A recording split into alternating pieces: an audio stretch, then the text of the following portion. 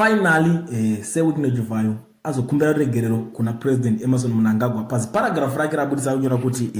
I hereby express my deep regret and profound apology to the esteemed office of His Excellency President Idi Mnangagwa, the First Lady, the First Family, and any office or public official that these fake voice messages may have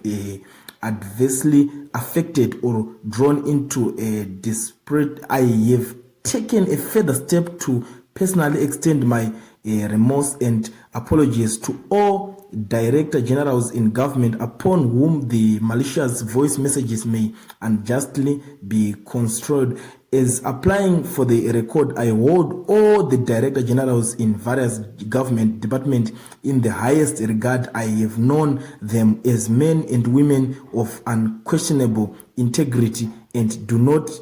deserve having their good standing and repute being unnecessarily dragged in such mischievous yet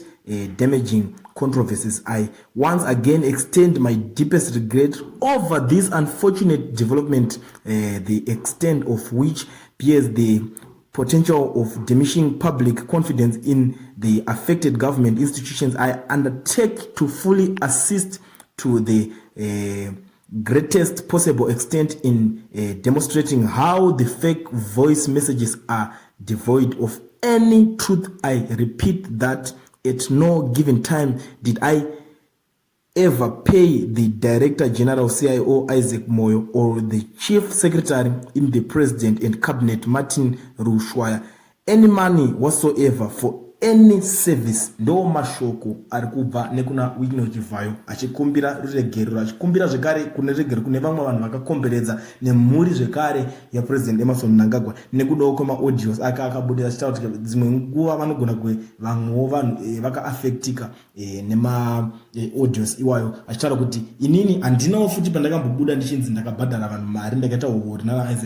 Isaac Moyo nerimwewo timu rese raataura pa